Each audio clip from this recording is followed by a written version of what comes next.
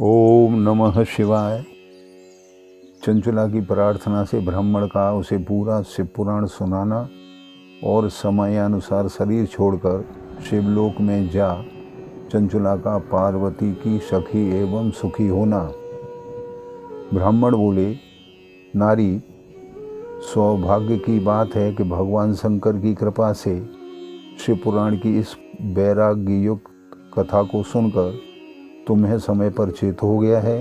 ब्राह्मण पत्नी, तुम डरो मत, भगवान शिव की शरण में आ जाओ। शिव की कृपा से सारा पाप तत्काल नष्ट हो जाता है। मैं तुमसे भगवान शिव की कीर्ति कथा से युक्त उस परम वस्तु का वर्णन करूँगा जिससे तुम्हें सदा सुख देने वाली उत्तम गति प्राप्त होगी। शिव की उत्तम कथा सुनने से ही तुम्हारी बुद्धि इस तरह पश्चाताप से युक्त एवं शुद्ध हो गई है, साथ ही तुम्हारे मन में विषयों के प्रति वैराग्य हो गया है। पश्चाताप ही पाप करने वाले पापियों के लिए सबसे बड़ा प्रायश्चित है।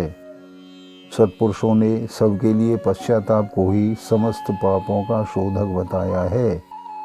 पश्चाताप से ही पापों की शुद्धि होती है।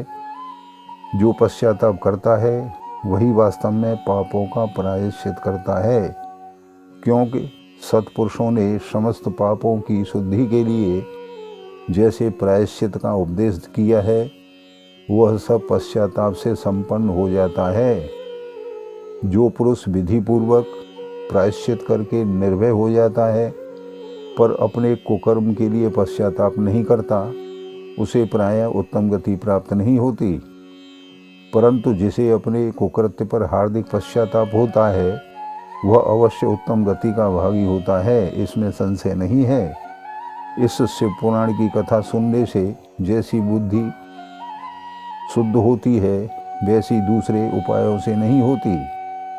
जैसे दर्पण साफ करके एक निर्मल हो जाता है, उसी प्रकार इस शिव पुराण की कथा से चित्त अत्यंत शुद्ध हो जाता है, इसमें संशय नहीं है।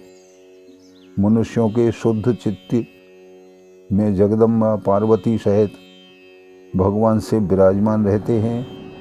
इससे वह विशुद्धात्मा पुरुष श्री श्याम सदाशिव के पद को प्राप्त होता है। इस उत्तम कथा का श्रवण समस्त मनुष्यों के लिए कल्याण का बीज है। अतः यथोचित शास्त्रोक्त मार्ग से इसकी आराधना एवं सेवा करनी चाहिए। यह भव बंधन रूपी रोग का नाश करने वाली है। भगवान शिव की कथा को सुनकर फिर अपने हृदय में उसका मनन एवं निधिध्यासन करना चाहिए। इससे पूर्णतया चित्त शुद्धि हो जाती है। चित्त शुद्धि होने से महेश्वर की भक्ति अपने दोनों पुत्रों ज्ञान और वैराग्य के साथ निश्चय ही प्रकट होती है। तत्पश्चात महेश्वर के अनुग्रह से दिव्य मुक्ति प्राप्त होती है, इसमें संशय नहीं है। जो मुक्ति से वंचित है उसे पशु समझना चाहिए, क्योंकि उसका चित्त माया के बंधन में आसक्त है। वह निश्चय ही संसार बंधन से मुक्त नहीं हो पाता।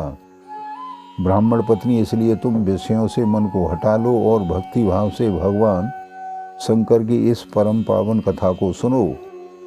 परमात्मा शंकर की इस कथा को सुनने से तुम्हारे चित्त की शुद्धि होगी और इससे तुम्हें मोक्ष की प्राप्ति हो जाएगी। जो निर्मल चित्त से भगवान शिव के चरणार बिंदों का चिंतन करता है उसकी एक ही जन्म में मुक्ति हो जाती है। यह मैं तुमसे सत्य कहता हूँ। सूत जी कहते हैं, सौनक, इतना कहकर वे श्रेष्ठ शिव भक्त ब्राह्मण चुप हो गए। उनका हृदय करुणा से आर्द्र हो गया। वे शुद्ध चित्त महात्मा भगवान शिव के ध्यान में मग्न हो गए। तदंतर बिंदु की पत्नी चंचला मन ही मन प्रसन्न हो उठी। ब्राह्मण का उक्त उपदेश सुनकर उसके नेत्रों में आनंद के आंसू छलक आए थे।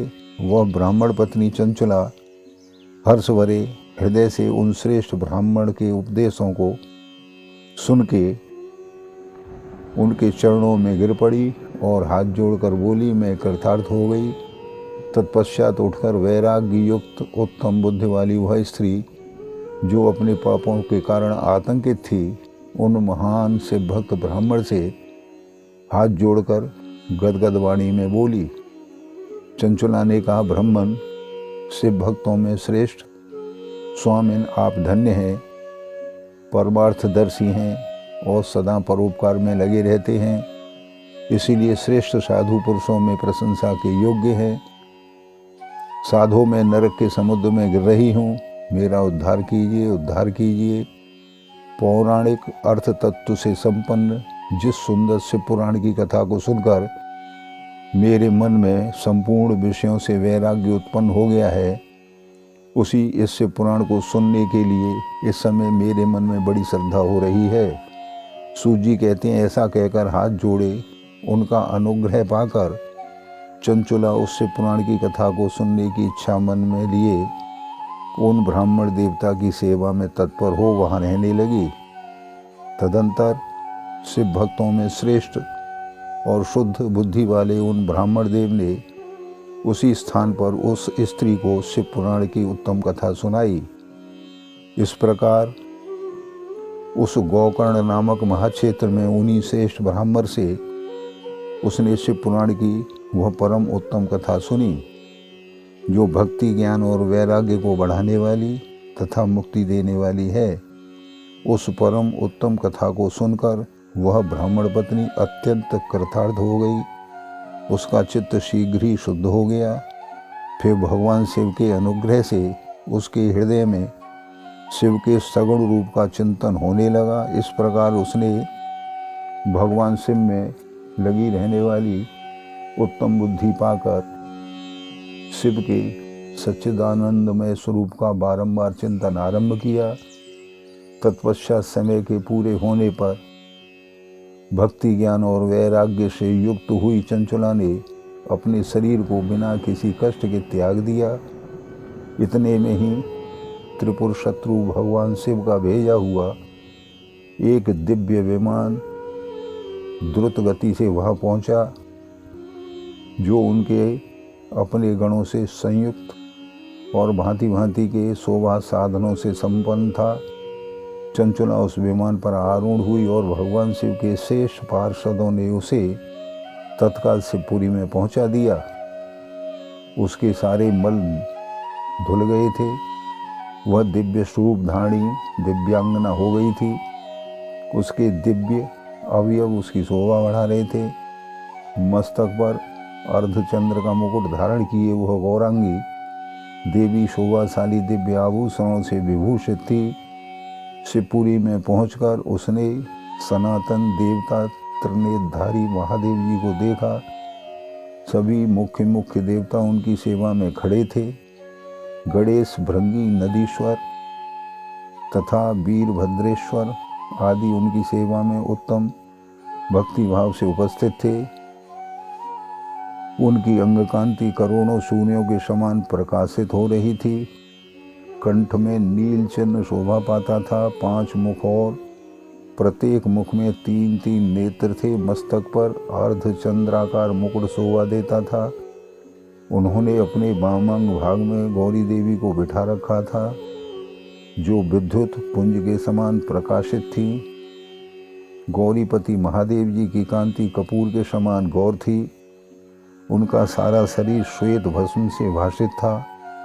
शरीर पर श्वेत वस्त्र शोभा पा रहे थे। इस प्रकार परम उज्ज्वल भगवान शंकर का दर्शन करके वह ब्राह्मण पत्नी चंचुला बहुत प्रसन्न हुई। अत्यंत प्रीति युक्त होकर उसने बड़ी उतावली के साथ भगवान को बारंबार प्रणाम किया। फिर हाथ जोड़कर वह बड़े प्रेम और आनंद के साथ संतोष से युक्त हो विनीत भाव से खड़ी हो गई। उसके नेत्रों में आनंद के आंसुओं की अविरल धारा बहने लगी तथा संपूर्ण शरीर में रोमांच हो गया। उस समय भगवती पार्वती और भगवान शंकर ने उसे बड़ी करुणा के साथ अपने पास बुलाया और सौम्य दृष्टि से उसकी ओर देखा। पार्वती जी ने तो दिव्य रूप धारणी बिंदु प्रिया चंचुला को प्रेम पूर्वक अपनी सखी बना लिया। वह उस परमानंद घन ज्योति स्वरूप सनातन धाम में अविचल निवास पाकर दिव्य शौक से संपन्न हो अच्छे सुख का अनुभव करने लगी। ओम नमः शिवाय।